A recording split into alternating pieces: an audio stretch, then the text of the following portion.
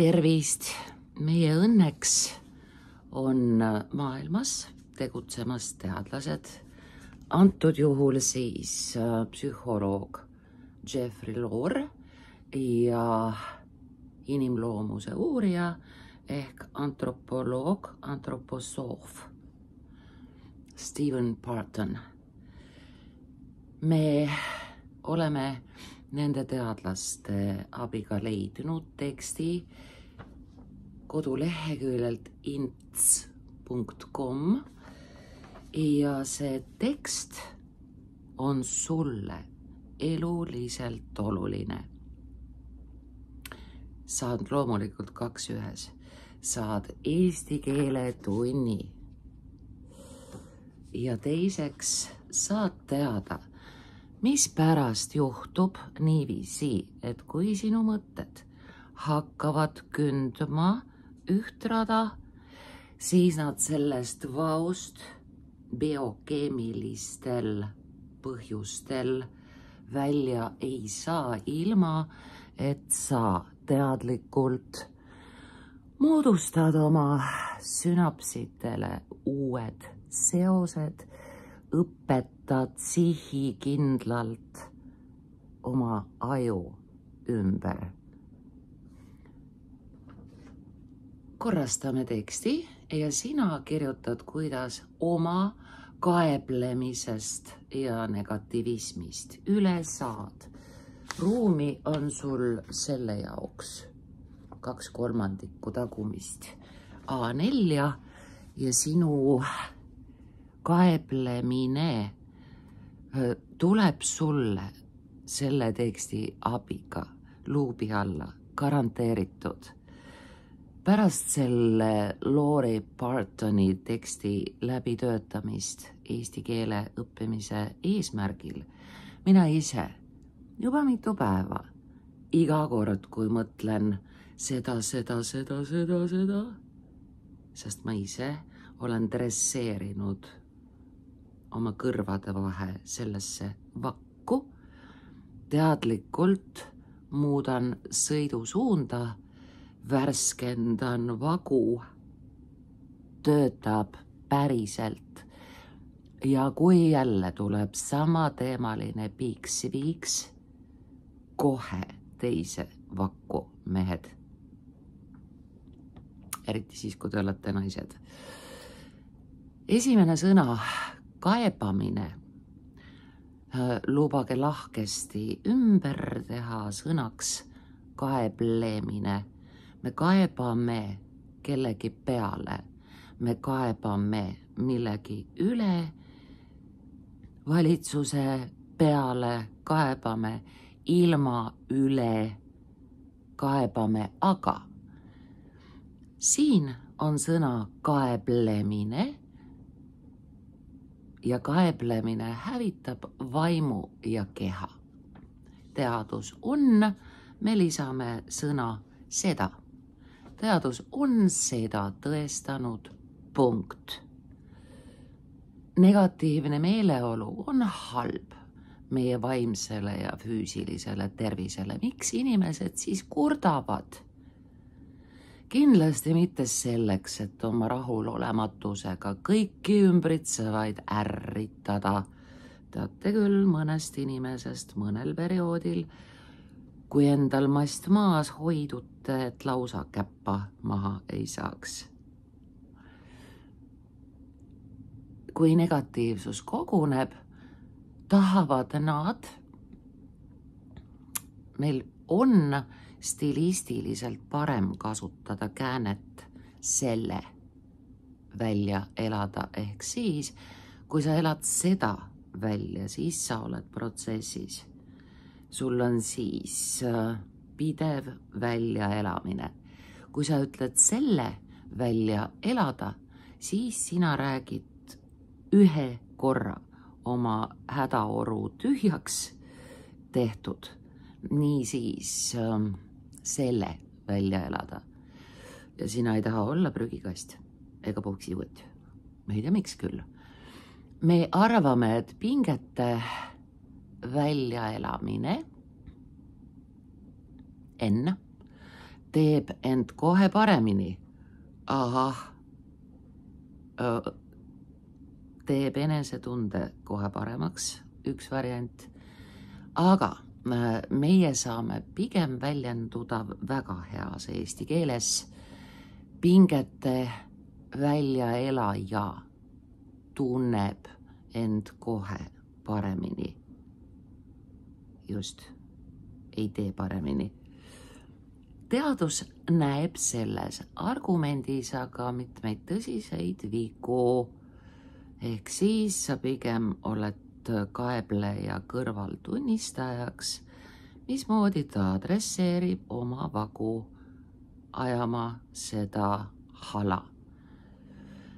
Üks on see, et negatiivsete mõtete väljendamine mitte me tõmbame maha sõna ainult, sest see muudab lause tähenduse vastupidiseks, mehed, vastupidiseks.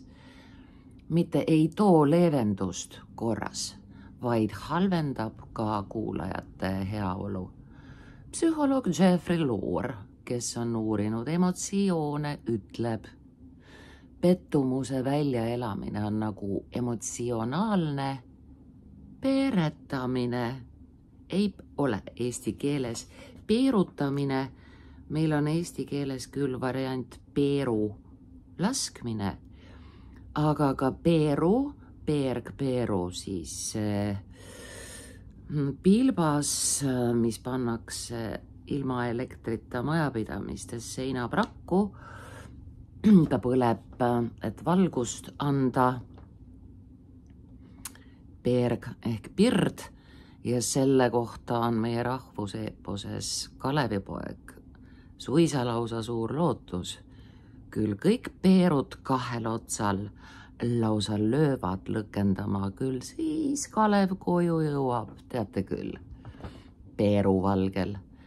Nalja palju, aga antud juhul peeretamine, mis paljudes kultuurides on avalik tegevus, et mitte hoida metaani gaasi endas sees. Meie nii ei tee. Vaatamata sellele, et raamatus Ripsild on kirjutatud, et igal naisel on sees teatud meetrit soolestikku, ükskõik kui ilus ta on. Seda kujundit on kasutanud nii Mats Straat kui Mihkel Mutt. Peeretamine kinnises ruumis, see pole hea asi. Kurtmine või kaeblemine, kuidas soovid.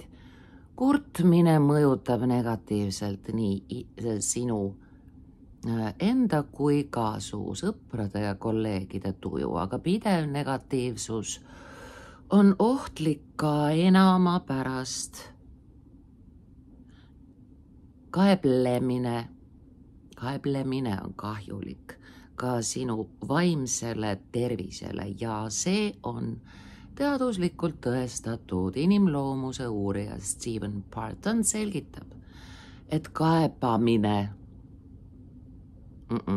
kurtmine, virisemine, nurisemine, halamine, vingumine, mis iganes, mitte ainult ei kahjusta ajutegevust, vaid sellel on ka tõsised ja negatiivsed tagajärjed vaimsele tervisele. Ta usub, et hädaldamine võib inimese sõna otseses mõttes surma viia, see on kuidagi väga lahinguvälja laadne sõnavalik. Meie ütleme surmani viia. Allpool loetleb ta 3 viisi, 3 moodust, 3 võimalust, 3 varianti. 5 on natuke liiga muusikaline, eks. 3 moodust, kuidas see juhtuda saab. Me tõmbame pärast numbrit 1 jutumärgid üldse maha ja me ei kasutagi selle lause ümber jutumärke, absoluutselt ei ole nendel siin missiooni.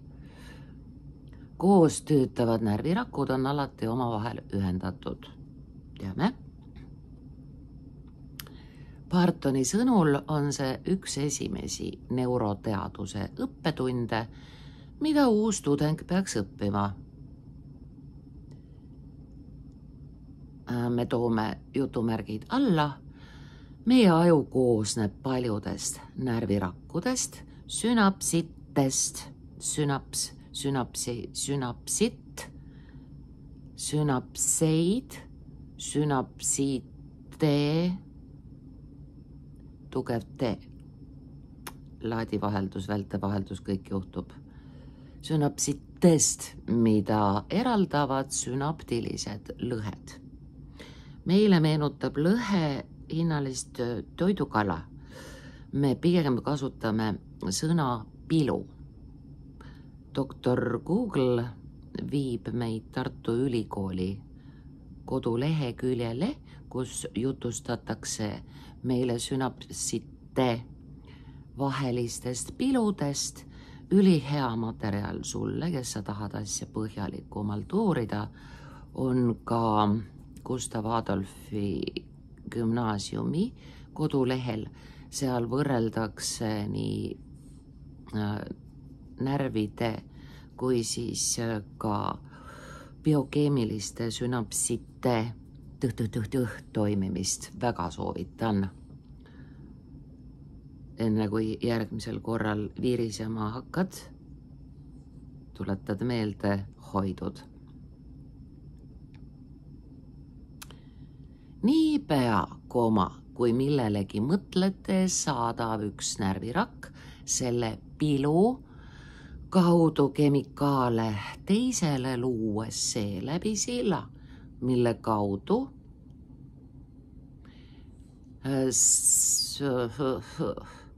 teate, seda kaudu ei olegi vaja. Me tõmbame maha sõna kaudu ja läheb kohe lause korda. Silla, mille närvi impulss seejärel siis kas läbib või ületab, kandes edasi informatsiooni, mille üle te mõtlete. Kõige huvitavam on aga see, et iga kord, kui tekib elektriimpulss, tõmbuvad närvirakud üksteise poole ja nad jäävadki sinna, saad sa aru praegu, jah? Üksteise poole, et lühendada impulssi läbitavat vahemaad. Rakkude vahelise suhtluse hõlbustamiseks restruktureerib aju end muutes sõna otseses mõttes oma füüsilist struktuuri ja hõlbustades seeläbi uute mõtete teket. Niisiis võtame kokku. Ühe mõtte tekkimine teeb järgmise tulemise on natuke puudulik, et mitte korrata sõna mõte, kasutame sõna idee. Ühe mõtte tekkimine teeb järgmise idee tulemise lihtsamaks, kuid see pole nii hea, so good. Let's asendab see sõnaga eriti, kuid see pole eriti hea uudis neile, kes on pidevalt halvas tujus, kuigi rõõmsameelsed inimesed saavad neile selle eest, aitäh, kass, ümber struktureerijate kollektiiv on meil siin selline. Struktureerime kaadri tagasi selliseks, nagu mina tahan. Nii. Palun ei turni. Ja siis me tõmbame maha sõna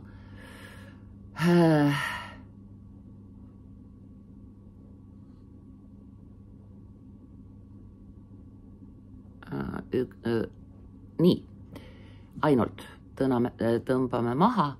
Rõõmsameelsed inimesed saavad neile selle eest tänulikud olla.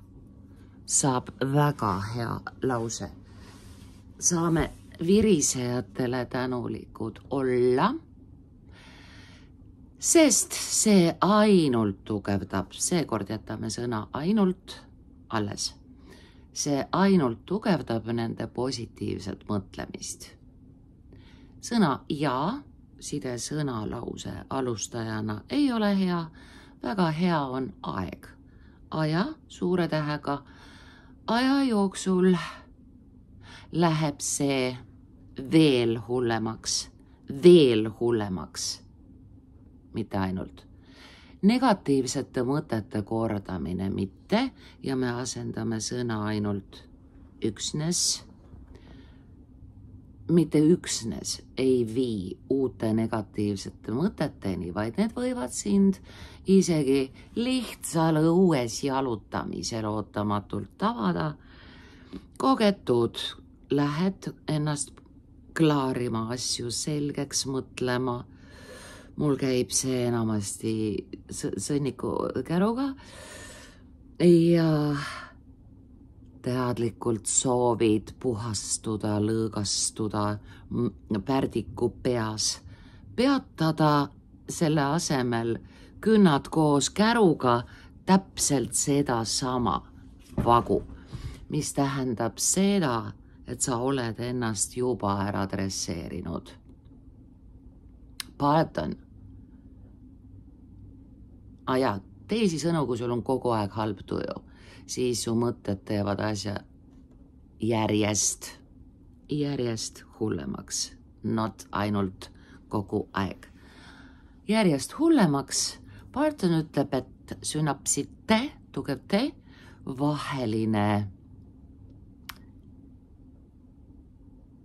vahelise kauguse lühendamine viib pessimistlikuma ellusuhtumiseni.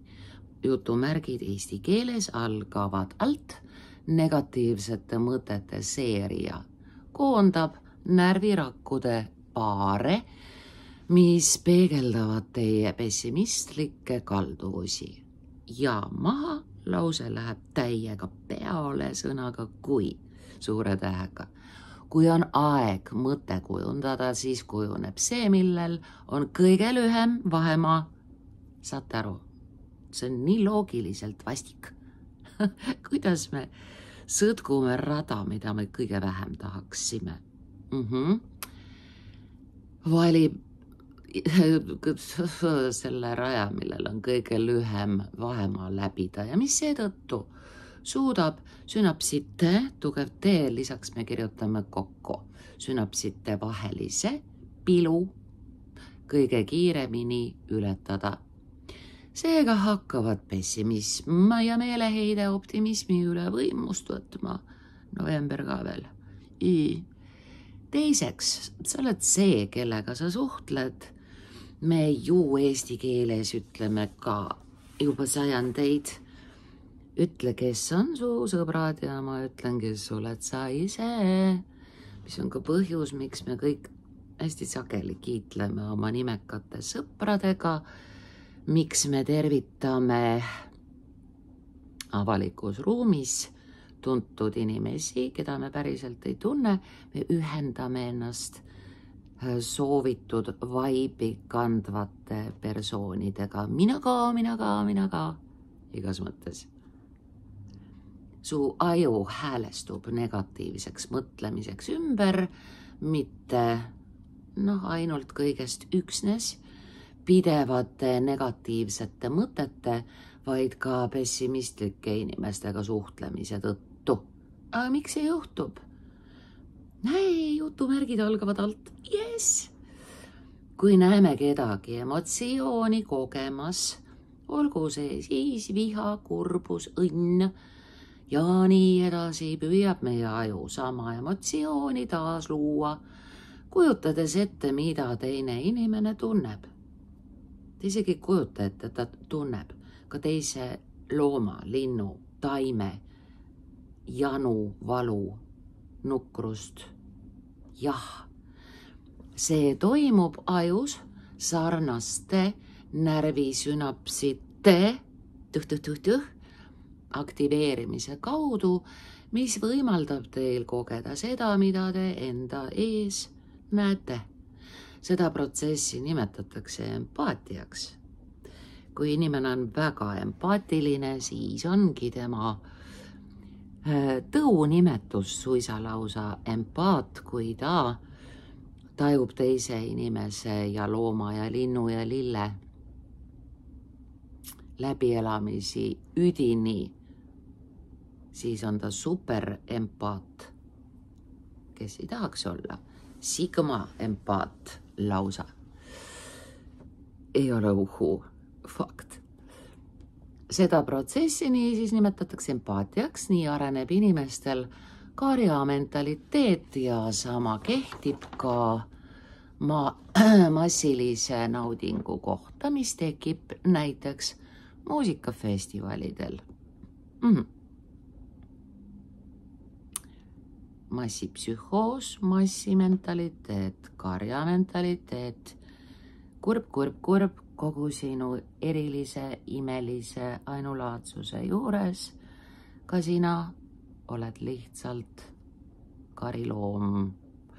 Tõsi, kui sa oled empaatiline, saab sinu mõõt täis, sa tahad palju üksindust ja siis pead sa eriti valvas olema, millistel radadel kõnnivad su mõtted, kui sa oled ise üksi, üksinda, eralduses, eraklikkuses.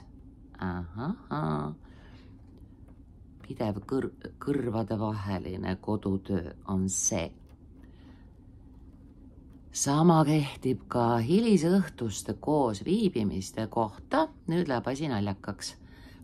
Sõpradega baaris, kellele meeldib kõige üle kurta, kirjutab Barton. Selles lauses kurdab baar kõige üle. Me kirjutame liitlause järgneva osa selle sõna järele vahetult, mille juurde ta kuulub. Et meil ei kurdaks baar, vaid sõbrad, tõstame sõna baar ettepoole. Ei ole üldse keeruline. Niimoodi käib see. Ehk siis koos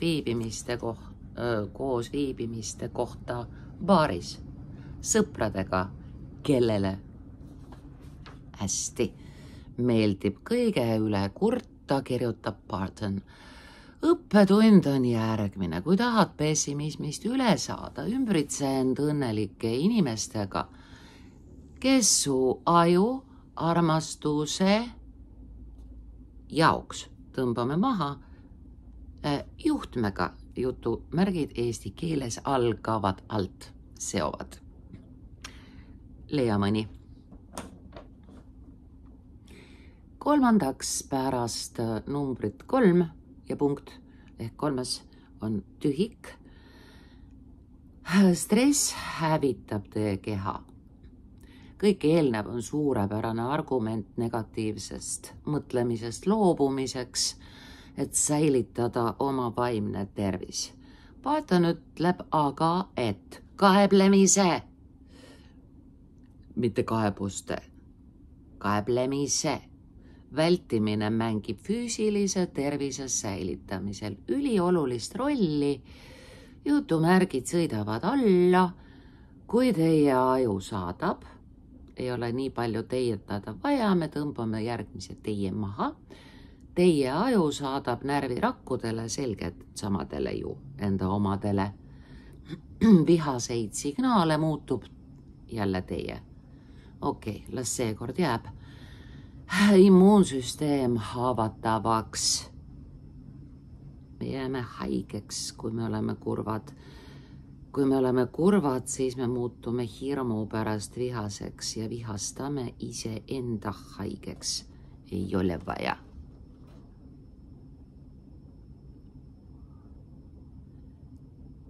Järgmine lause algab sõnaga vererõhk. Selle teie võtame ära, natuke palju sai. Vererõhk suure tähega tõuseb, suureneb südame veresoonkonna. haiguste risk, te võtate kaalus juurde, mida hirmunud, heitunud, kaeblik inimene teeb, ta hakkab igaks juhuks sööma, äkki homme ei ole hirm, ütleb kogu. Ja see kogu ja raamat sinu keha kujul ei kogu mitte tarvilikku materjali, vaid valget vedelat rasva, mille sisse ladestuvad toksiinid. Mida pekisem sa hirmu pärast oled, seda mürgisem on sinu polster.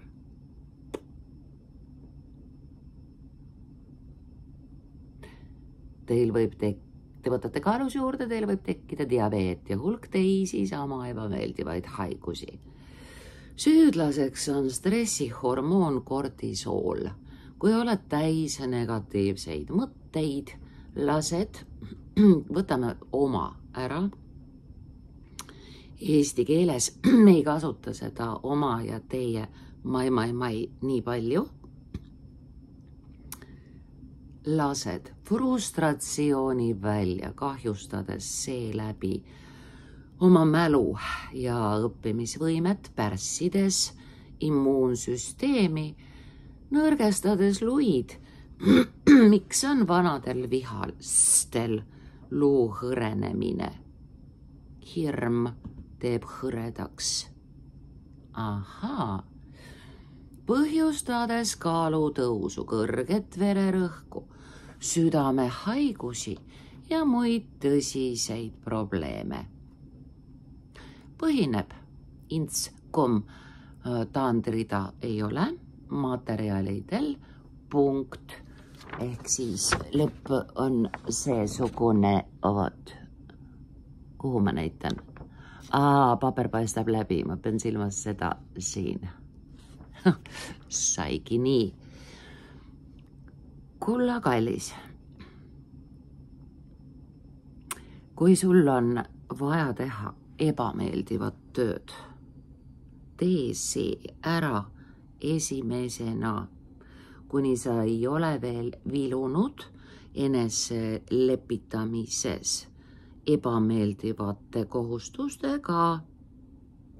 Kui sa oled juba meisterlikum oma enese aju ja tema sünapsite tuunija, siis oskad sa tunda päriselt rõõmu igast oma tegevusest. Igas töös leidub alati üks suhkrutükk, mis teeb, tead, pipratera magusaks.